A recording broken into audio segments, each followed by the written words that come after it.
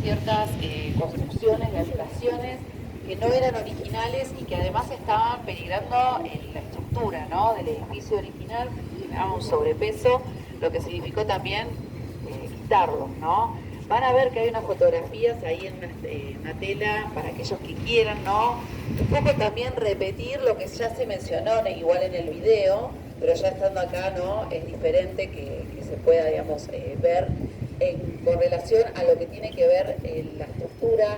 También se fueron dando cuenta que había sectores que se estaban por derrumbar, lo que significó entonces levantar el solado, volver, ¿no?, a esa estructura metálica, recuperarla y luego volverla a recolocar lo que son el piso, ¿no?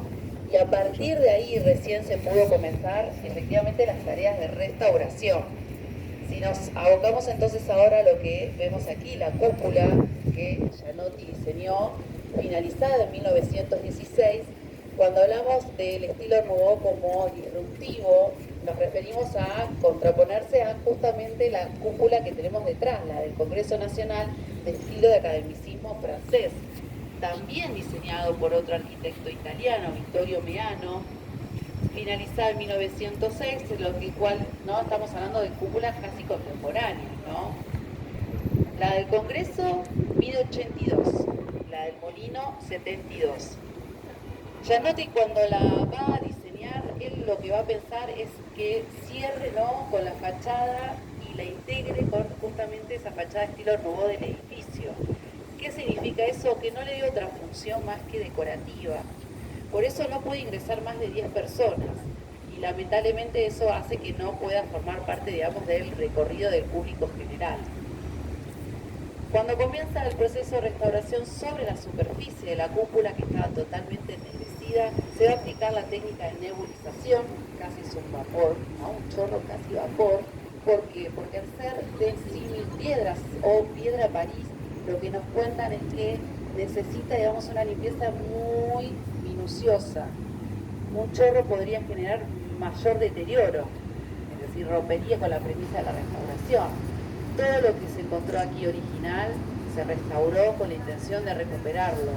Aquello que no se encontró, por ejemplo, si seguimos mirando la cúpula, los mosaicos de aspecto gaudiano, en algunos casos esas teselas, me refiero a los cerámicos vidrios, faltaban. Entonces se tomaron las originales que habían quedado, se replicaron y así poder completar, ¿no?, el diseño total. Si continuamos mirando hacia arriba, las teselas doradas son cerámica de pigmentos dorados. También en algunos casos se pudo replicar, en otros no, y se intentó completar, ¿no?, en su totalidad. Por suerte lo que nos cuentan es que son materiales que fueron importados de Italia, eso sí ya se sabe, y que fue muy noble el material, lo que significa que pudo perdurar a pesar, ¿no?, de estar exactamente en el tiempo y estar además al intemperie, ¿no? Con relación a los vitrales y los leones, ahí sí, no estaban ninguno, y los 8 gajos tampoco. ¿Qué significa que con los primeros que ingresaron nos dicen que adentro era casi un palomar? Una vez finalizada la limpieza y la restauración de la escalera caracol que hay, como nota de color siempre contamos, ahí Gianotti va a aplicar una técnica de arquitectura de vanguardia para la época, que era cemento premoldeado, los escalones de esa escalera, que sirve para el mantenimiento más que todo. Con respecto a los vitrales, gracias a Norma Mecosi, una fotógrafa aficionada que se acercó en una noche de los museos, va a entregar fotografías que ella, pensando, ¿no?, que podía ser una cuestión más de un aporte mínimo, nos encontramos que fue un documento histórico fundamental porque se veían muy bien los dibujos. Entonces, ¿qué se hizo? A partir de esas fotografías se diseñaron, o sea, digitalmente se copió el motivo del Don Quijote de la Mancha y luego se pasó a los vitralistas que lo pudieron reponer y por eso mismo ya están los 8 gajos completos.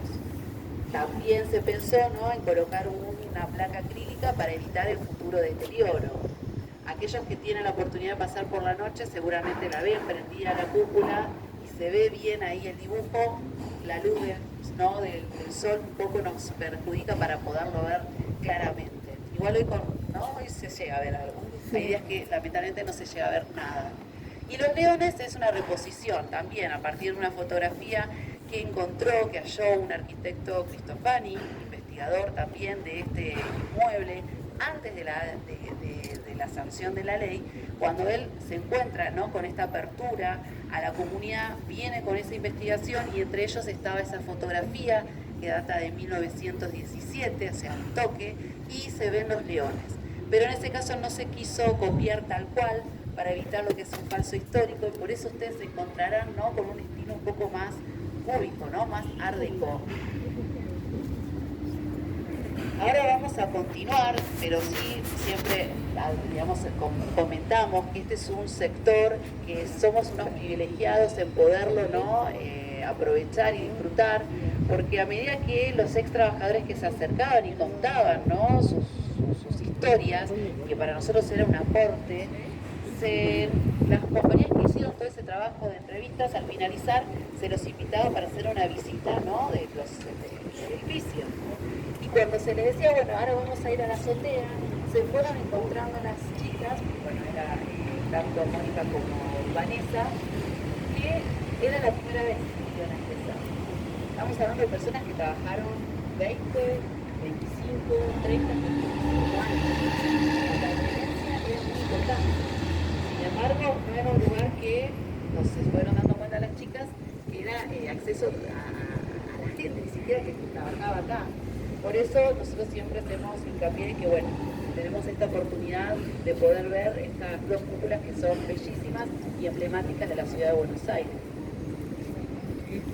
Ahora sí, entonces yo voy a ir primero, ¿no? Recuerden que les había dicho que vamos a hacer un círculo. En Rivadavia nos vamos a bajar hasta el segundo piso. Ahí no nos vamos a detener, vamos a seguir circulando y vamos a conocer lo que fue la vivienda de Cayetano Brena. ¿Recuerdan? Cayetano Brena, el primer dueño, que va a vivir con su mujer y sus dos hijas a la muerte. Luego esa propiedad va a continuar hasta la bisnieta en el 2001. Ahí se van a encontrar con habitaciones y lo que vamos a destacar es el patio andaluz y también lo que es el sector del living con lo que van a ver que tiene estilo francés, y ahí sí se aplicó la técnica de dorado a la hoja.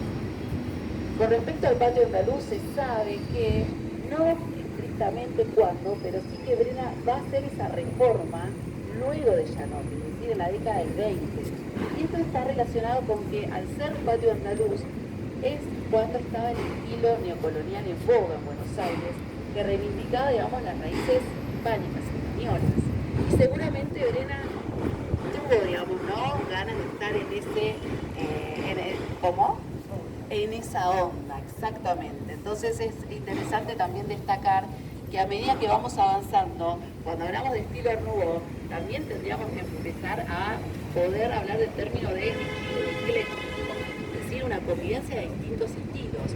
Y es lógico porque es un edificio de más de 80, 90 años de vida. Así que yo voy a ir primero, vamos a descender.